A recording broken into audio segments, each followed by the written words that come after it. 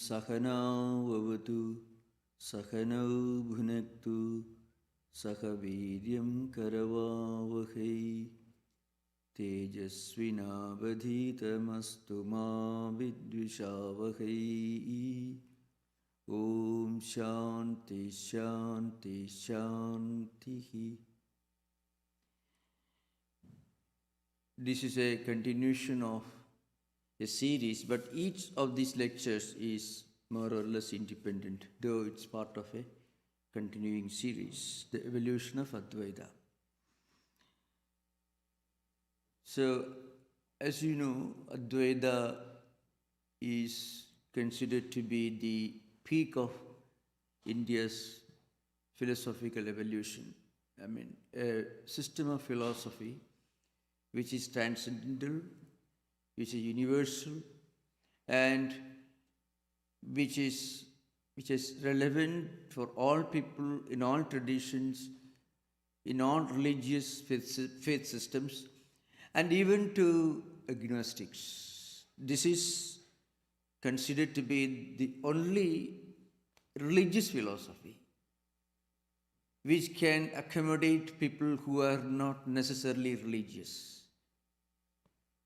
So frequently this is misunderstood, maybe misinterpreted as some kind of a theological system. That's because Advaita is a system which reconciles, which harmonizes both theology and philosophy. You know, philosophy is an independent search for truth, and theology relies so much on faith and revelations and what may be called divine interventions, ideas and concepts and teachings found in scriptures which are non-negotiable, which you are expected to completely accept and believe in. That is theology. But Advaita reconciles all these three. I shall try to explain that is something very important. Those of you, of course, this is an academic subject, but it is a very fascinating study. Those of you who are interested, you'll find great thinkers who don't have any Hindu background or Indian background, and some of them belonging to different cultures which are not expected to share many of the common beliefs of Oriental societies.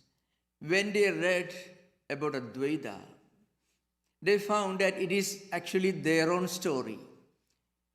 Some of the most profound doctoral theses on Advaita Vedanta were written by scholars outside India. Hajime Nakamura, I mean, the 2 volumes, you know. It's all about the evolution of early history of Advaita. Quotations from hundreds of scriptures. A scholar who spent decades, long after he had presented his PhD thesis, he worked on the thesis, perfected the book, and the result is what could be called the most extensive, the most encyclopedic exposition of Advaita Vedanta. He was a Japanese scholar. And if you look at the evolution of Advaita, this Advaita philosophy began to be well known outside Indian subcontinent only from the later half of 18th century. That is the beginnings of the influence of Advaita, the later half of 18th century. Many German Indologists, who were later followed by Indologists from Britain and from France and from other countries, they also continued this trend. So, you know, the conflict area is between faith and independent search for truth. Independent search for the truth is the essence of philosophy. Faith is the cornerstone of theology. Now, the one important slogan the Shankaracharya repeats throughout his books. In Sanskrit, it's called Sutya Yuktya Swanubhutya. What it means is, you read a book. It could be the Vedas, but the Bible. It could be Torah, or Talmud, or Tripitakas of the Buddhist. Anything you read, the great teachings, the revelations, the experiences of the ancient teachers and saints, you read or you may listen to. And then, well, you don't blindly believe in. This is coming from Shankaracharya, the original exponent of Advaita, who for the first time gave a meaning to Vedic mantras in 8th century, and who actually perfected Advaita as a compact philosophical system, a metaphysical system, gave it an epistemology, an ontology, and a clear-cut definitions of ontology, and also the fundamental principles of interpretation is hermeneutics. So first he says, read a book. But when you read the book, you need not blindly believe in. I don't think any other great thinker, a philosopher, has so boldly declared. And he's a religious teacher. He's the greatest system builder in Indian tradition. All the monastic orders, if you go to India, including ours, or if you go to Chinmay Mission, if you go to any of these Hindu Swamis wandering anywhere in the world, they all are linked to Shankaracharya's monastic order, 10 monastic orders. When compared to the Jesuit order by Ignatius Loyola, or the Franciscan order of Saint Francis of Assisi, 10 monastic orders. So he says, read a book, that is fine. Now remember, this is not exclusive to Advaita. In fact, there will be many great mystics in all traditions who did not stop with reading, who did not stop with belief, who actually tried to practice using their own reasoning power, and in the process sometimes they disobeyed the hierarchy. So without disobeying the hierarchy, no one could advance from belief to reason. The great mystics did that, and there is experience, but that was always at the cost of their affinity, their affiliation to the hierarchy that they belong to. So first, you'll read the book. Secondly, yuktya. Yukti means logic, reasoning power. Your own ability to rationalize, to analyze, and to reach independently at your own conclusions. So he says, use your reasoning power. And then, experience. Swanubhutya, one's own inner experience. Now, these are three fundamental principles of Advaitic evolution. Read or listen, but believe only to verify later using your own reasoning power, and then you cannot stop the experience. Swanubhutya. Now, this is the cornerstone of Advaita. Now, this Advaita system also is deeply humanistic. In fact, that's what we are coming to today. How can a very idealistic system of philosophy also be very humanistic? Without humanism, Advaita system would have become just an academic subject, a philosophical construct. So that is an important point, remember. It is not a philosophical construct. For example, you can verify, you go to Stanford or Harvard anywhere, you can discuss with any professor teaching Kant, for Immanuel Kant. Kantians, they call it in anglicized pronunciation, Kant. Those who believe, those who teach critical pure reason, critical practical reason. Kant was the one who questioned the empiricists and the other utilitarians who preceded him. Now, and they are called Kantians. But it is a subject that you discuss in a classroom, an intellectual gathering. You may appreciate as a great idea. That is fine. But Advaita is not just a great idea that you discuss in the living room or a classroom. It is something that you practice from the time you wake up in the morning till you go to sleep. I shall give one example. It's a very important thing, If you read the Vedas, the Samhita portions, the ritualistic portions, you come across so many deities, Indra, Mitra, Varuna, Agni, Deva, Prithvi, Soma, and so on. Number of Vedic deities, Vedic concepts of gods and goddesses you find in the Rigveda Samhita, the ancient, going 4th millennium BC. Now, today you don't find, if you go to India, you don't find people worshipping all these. You don't find. But you find them in the 6th century AD, 5th century AD, 4th century AD. In the Gaudapada Karika, there are a number of such deities and their followers referred to by Gaudapada. Now, what Shankara did, and before that I would tell you, if you go to a traditional Hindu family in India, maybe he's a professor teaching Advaita Vedanta in a university, or maybe a self-proclaimed Advaiti, a non-dualist. So you may imagine, because non-dualism tells you that God is not limited to a temple. You need not necessarily go to a temple and worship God to be an Advaiti. That's what Advaita teaches you. Advaita focuses on a God idea that is transcendental, that is omnipresent, and also that transcends the limitations of names and forms. That Advaita God doesn't have a name. Brahman is not the name of Advaita God. Brahman itself means Brihatvat.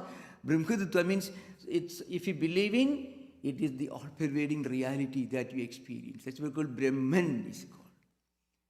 So, now this coming subject. If you go to a typical Hindu home in India, who may be an Advaitin, you find in a shrine, there he will find morning he gets up and he performs all these rituals.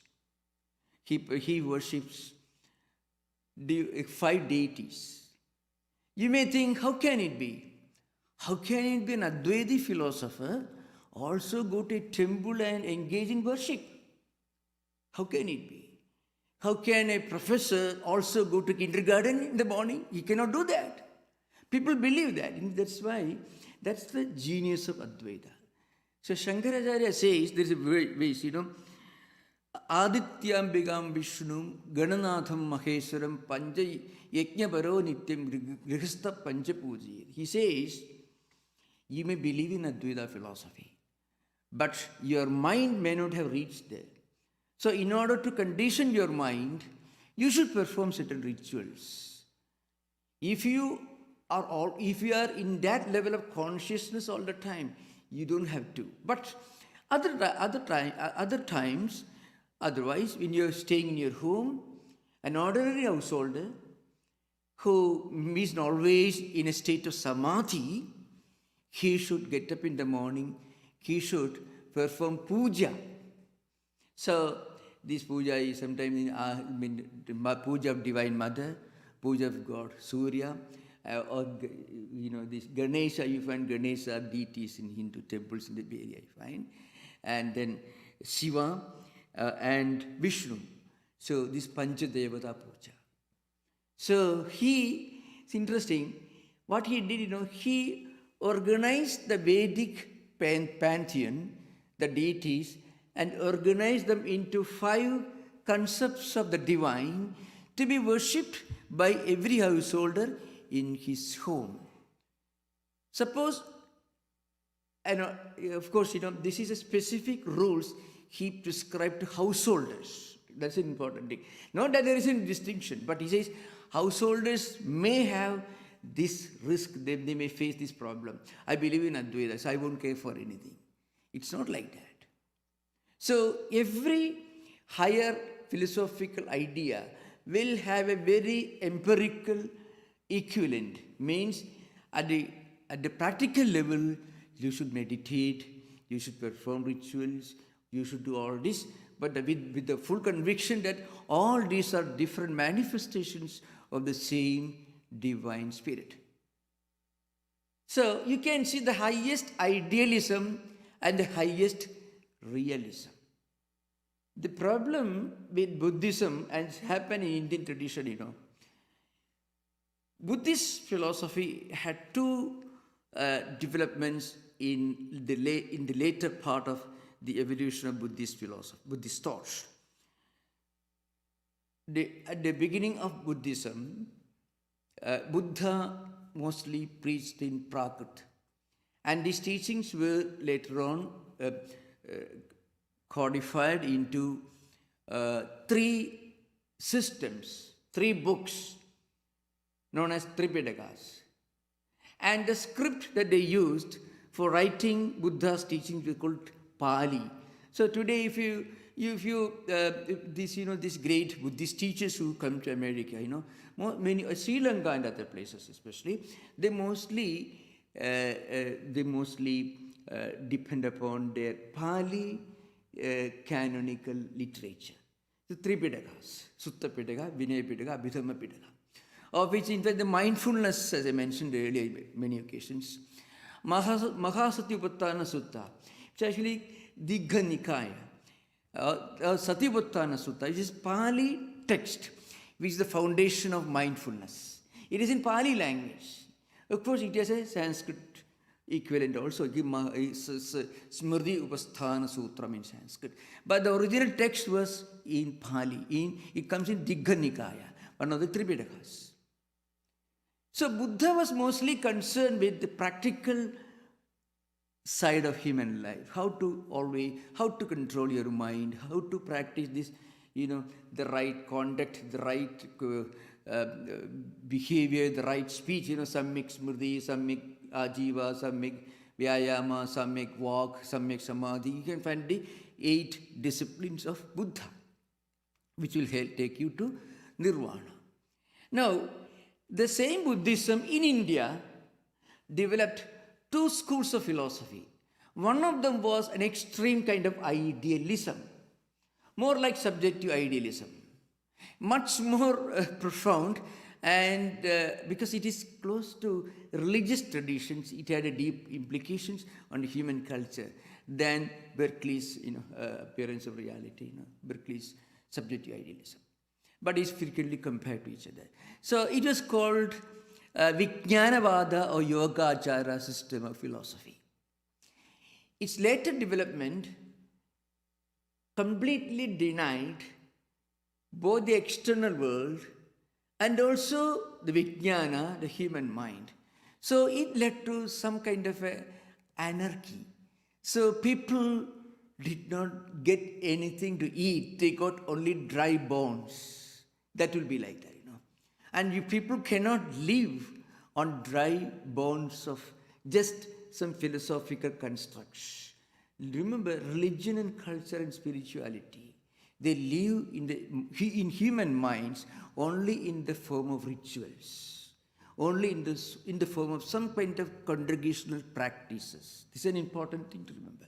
Religions cannot exist as a philosophical construct.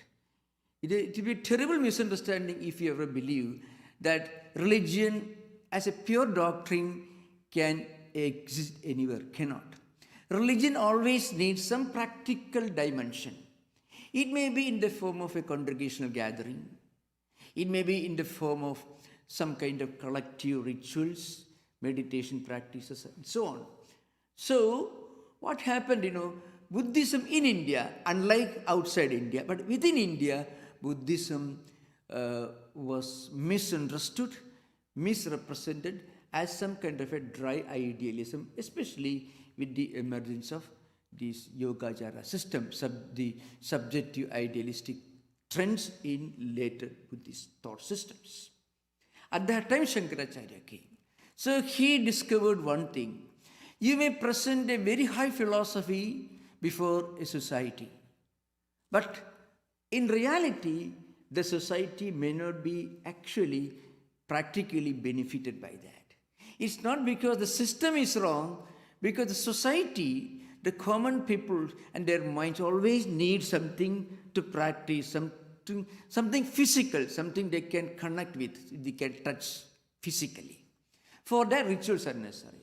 So Shankaracharya said, the highest Advaita philosophy, at the same time, every day you should perform certain rituals in your home. You can bring flowers from the garden.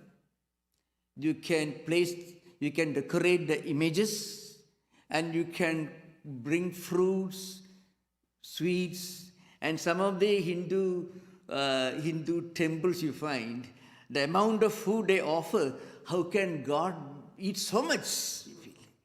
And there's a funny video, which I don't normally watch those things, but accidentally I happened to see when I was traveling. One of the British Prime Minister, David Cameron, was visiting one of the Swami Tattwamayananda temples in London. And he was respectfully received, garlanded with this sandal paste, and he was being led through these huge piles of laddus and jalebis, all like mountains of golden colored, brilliant, so absolutely wonderful to look at it. I don't know how wonderful it will be to eat for somebody suffering from diabetes. But the point is, that's a kind of food that Hindus offer to God. Now, after seeing this, when you listen to me, I'm talking about Advaita, which defines God as some kind of an all-pervading divine reality. How do you reconcile this? Deities eating so much, and at the same time, the concept of an idea of God, an idea of God, which is transcendental, which is all-pervading divine spirit. That's why Shankaracharya says, you may believe in this universal, global aspect of Advaita, one divine reality that is present everywhere, which has a deep, universal and humanistic aspect, because it helps you to look at your neighbor, to look at everyone around you with a compassion, understanding, and kindness. That's something very interesting. So, Advaita on the one hand is a elevated philosophical construct. On the other hand, it is also deep humanism. If you look at Indian history, there is something that is fascinating, and that attracts people all over the world, in spite of so many other misrepresentations going on. And Vivekananda refers to that in Chicago Address. One reason why 4,500 people stood up and clapped their hands when Vivekananda spoke in 1893. One important reason, you have to understand this. It has a deep connection with what we are discussing today. When Swamiji came in 1893, Swamiji's, if you look at the lectures that were delivered in the Parliament of Religion, and Dr. Bados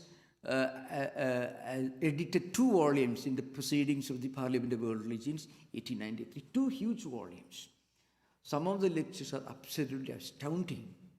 Different representatives of different religious traditions, Buddhism, and different denominations of Christianity.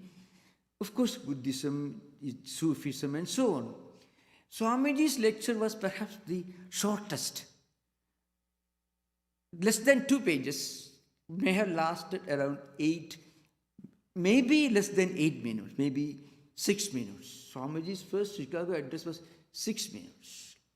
And other lectures, the great divines, the great scholarly divines of different denominations, they started their my sisters and brothers and my own heartiest elements in Jesus. They were highly endearing terms with which the great scholars addressed the audience. They certainly must have appreciated them. But it was something funny and humorous and interesting and quite fascinating. An unknown man wearing strange clothes, speaking with a different accent, obviously a stranger to Western customs, speaking for 6 minutes, and becomes a celebrity overnight, to the point that on the later sessions, Vivekananda's name had to be announced to prevent people from leaving their rooms. And I should also commend the American society of those times, American society of those times, the last decade of the 19th century. They had already become familiar with, at least many of them, with the transcendentalists, Emerson, Thoreau, Whitman, Madame Blavatsky, and many other great scholars who have introduced Eastern mysticism to American society. There was always an appreciation of the deep, of the profound, of the sublime, more than what you find today in 21st century. This is an important thing to remember. So we should also pay tribute to the American society of the last decade of 19th century.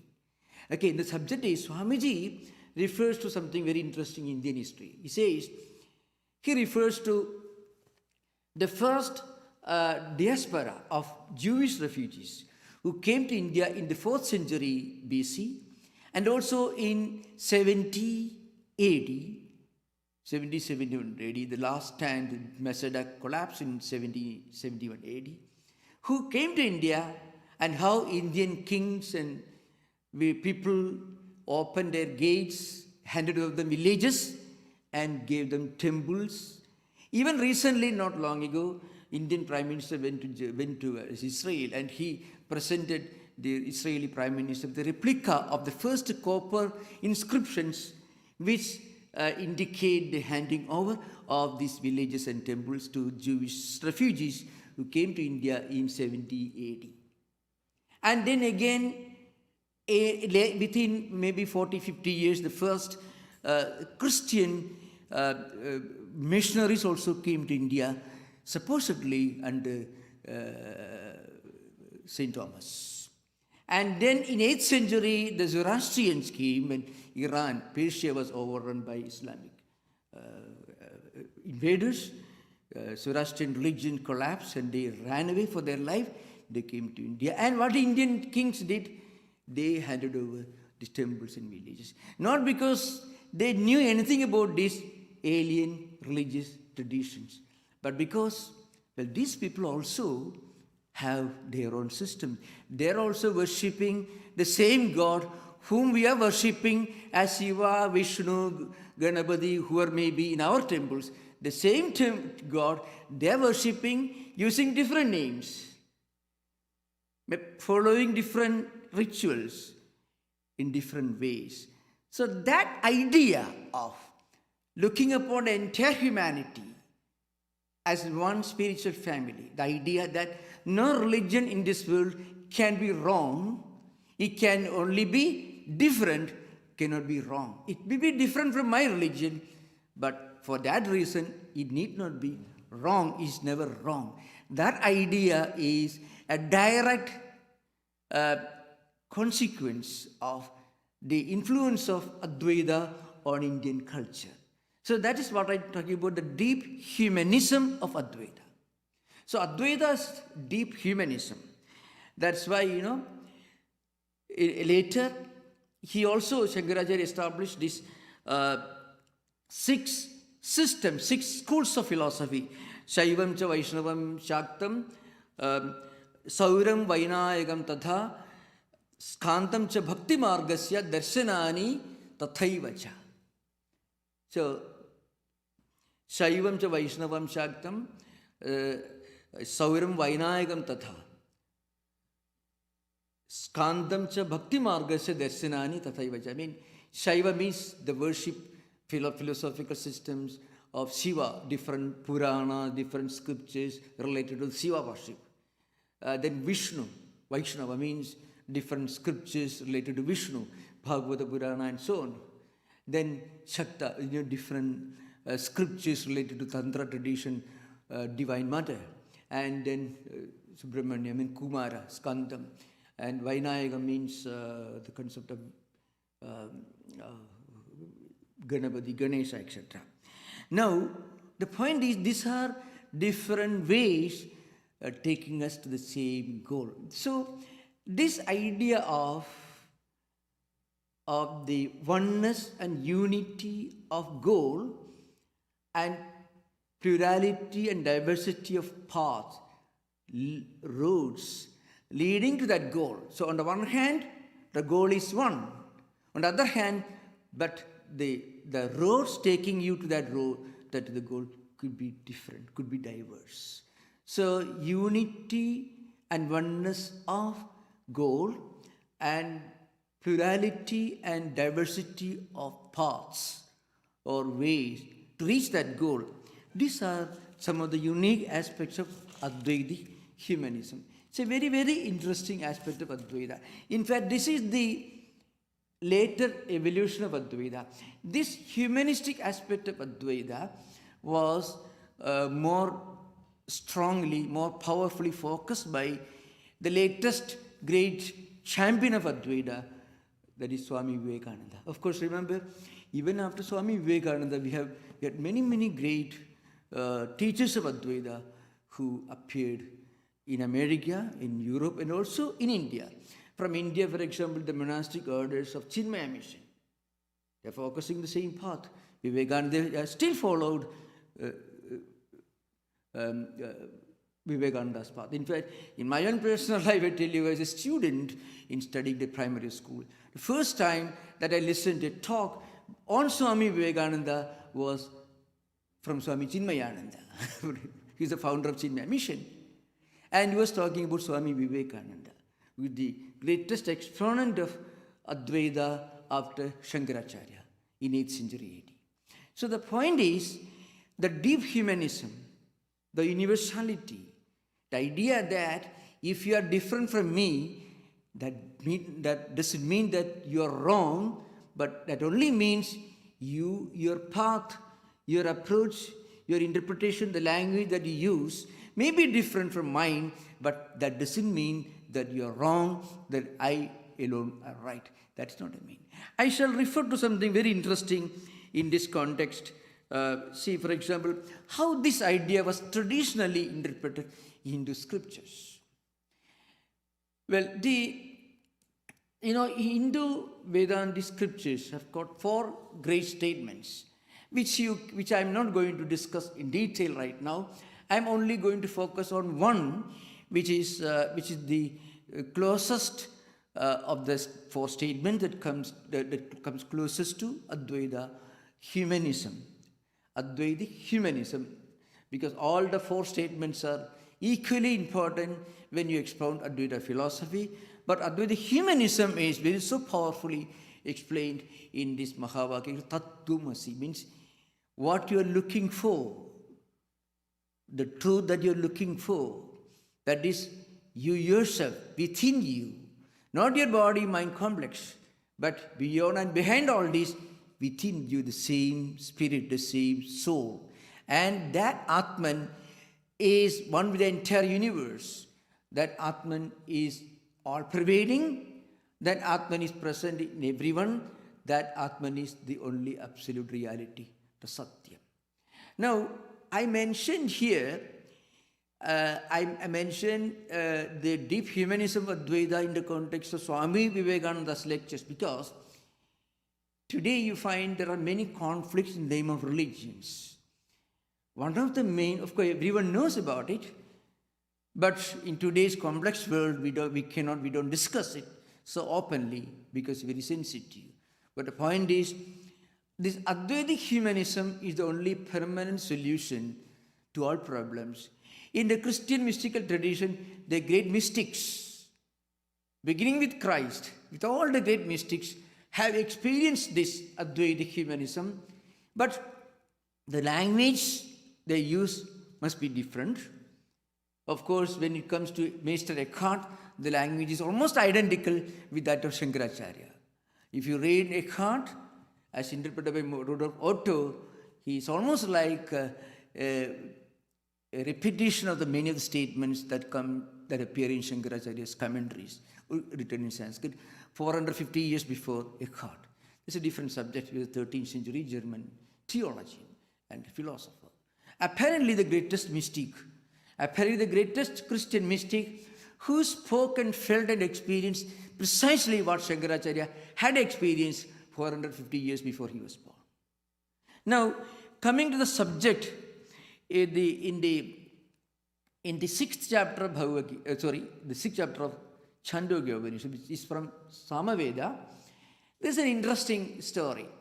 A little boy who was sent away to study in a Vedic school by his father returns home, and the father wants to find out how far he has studied. And the father finds out that the child, not a child any longer actually, he had studied for 12 years, but he had become very haughty and proud. And then the father asked him, did you study that by studying which everything becomes known?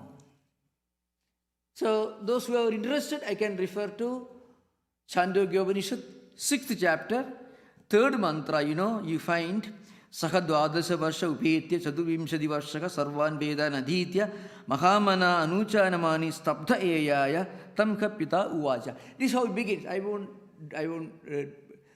inflict all these Sanskrit statements on you right now. But the point is, the boy returns. He's no longer a boy, he's a young man by then. His name is Swetaketu, father's name is Uddalaka.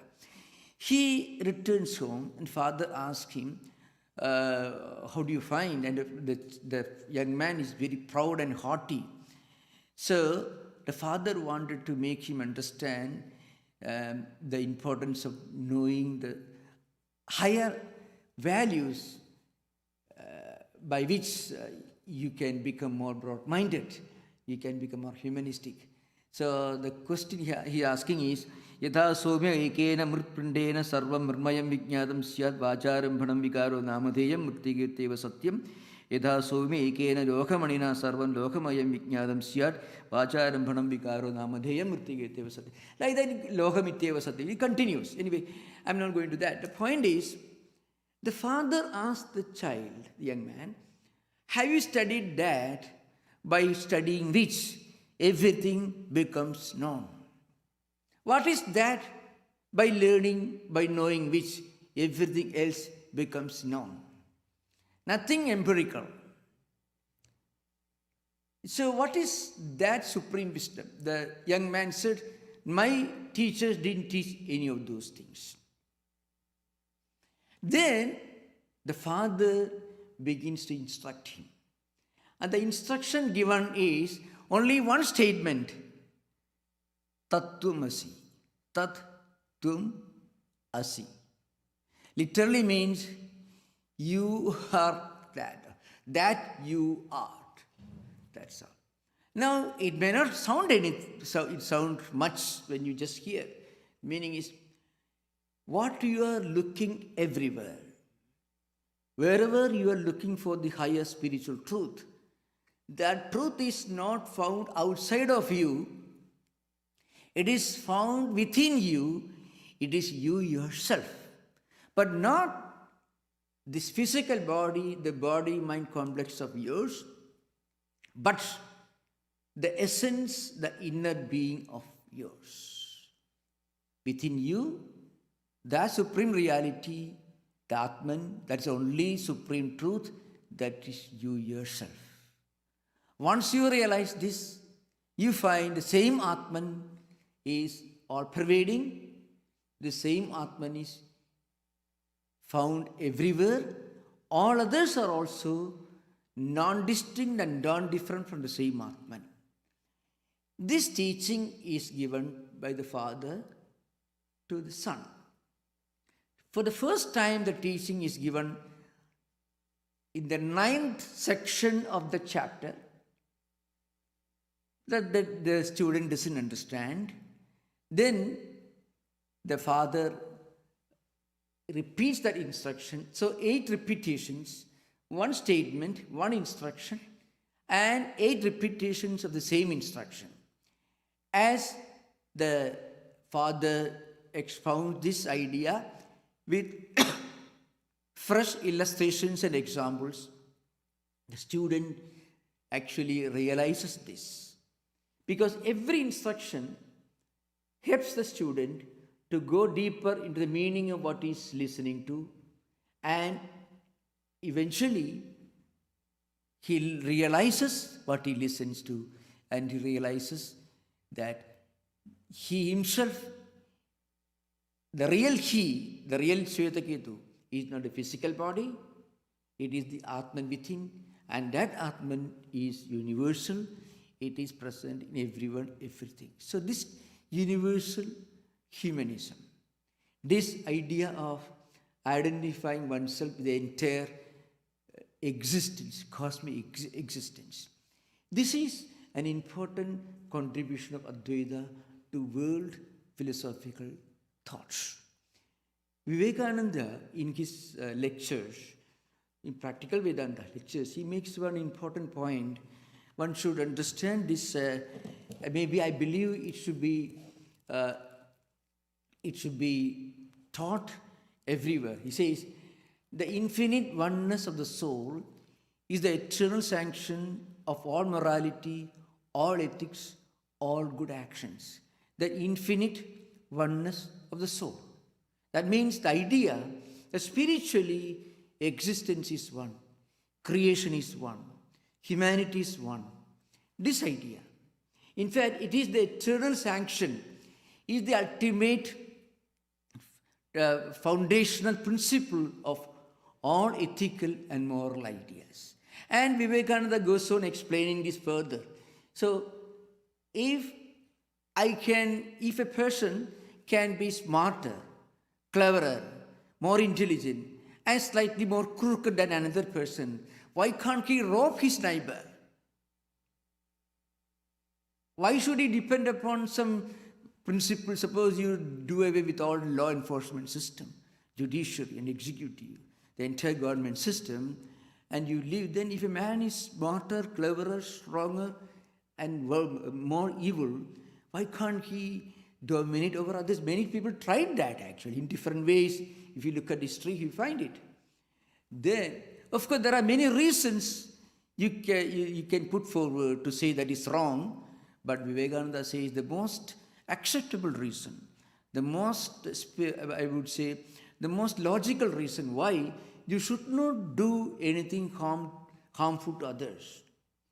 To do harm to others is not different from doing harm to yourself. This finally rests upon one principle. Spiritually, humanity is one. If you do harm to another person, you are doing harm to yourself. Because you and other are not different, not distinct. You are non-distinct. So you cannot hurt another person. You cannot do harm to another person without actually hurting yourself, without actually harming yourself. Because you cannot hurt your right hand. With your left hand, you take a stick and hit your right hand, you only will feel the pain. So by doing harm to another person, we are doing harm to ourselves. Because there is no otherness. The other is only an imagination. There is only one reality. So Swami Vivekananda says, this is the most solid and the most logical and is the only eternal, no one can deny this, foundation of ethics and morality. So you can find the deep humanism of Advaita. So that's why Shankaracharya in his commentary says, Advaita has no quarrel with anyone because it is non-distinct and non-different from all others. It is the same as others. It promotes this idea of universal human morality and ethics. So, apart from being a very profound philosophical system, Advaita is also a deep humanism. Humanism in its most universal sense. Because if you look at the evolution of humanism, it's another subject, of course, we had no time to deal with. Humanism itself had to go through different levels of evolution. And in the process you find it begins with Plato. Plato also in his Republic talks about humanism. And he refers to humanism of the old Greek city-states, where only citizens were considered to be equal. And so humanism should be confined to people who are equal. There were others who were not considered to be equal. Even there are also in the evolution of humanism in Roman Empire also had their own humanism, but humanism only among the Roman citizens. The vast majority of people were not free. They were serfs or slaves. They were prisoners. So there was no humanism extended beyond the Roman citizens, who enjoyed, of course, some kind of democratic humanism. Then also there was Catholic humanism, where humanistic impulse was limited to the people who believed, who shared the same hierarchical belief systems. This continued, there were humanism, even utopian socialism. Robert Owen and others in the 19th century, in 1830s, humanism, Sigmund Freud and others also evolved their own humanism. But Advaita humanism is something different. Advaita humanism, it accommodates the entire humanity and even extends the entire creation. There are Vedic mantras which tell you that polluting the air, polluting the water, polluting the mountains and skies and oceans is as evil as doing harm to your own fraternity. The meaning they used in Bhratara means your own brothers. So if you pollute waters, you'll be actually doing harm to your own family, because the entire creation is one spiritual family. It is not pantheism, rather it is the idea that existence is one. In fact, that's a central message of this particular Mahavakya, great statement called Tattwamasi, which I referred to. This is a unique contribution of Advaita to humanism as a philosophical school. So thank you. I have tried to give a brief outline of some aspects of Advaitic philosophy as interpreted later on during the post-Shankarite times, especially some of the modern Advaitic philosophers, beginning with Swami Vivekananda, going through Dr. Radhakrishnan and others. Thank you. Namaskar. Om Shanti Shanti Shanti Harihi Om Tat Sat. Sri Rama Krishna Pranamastu.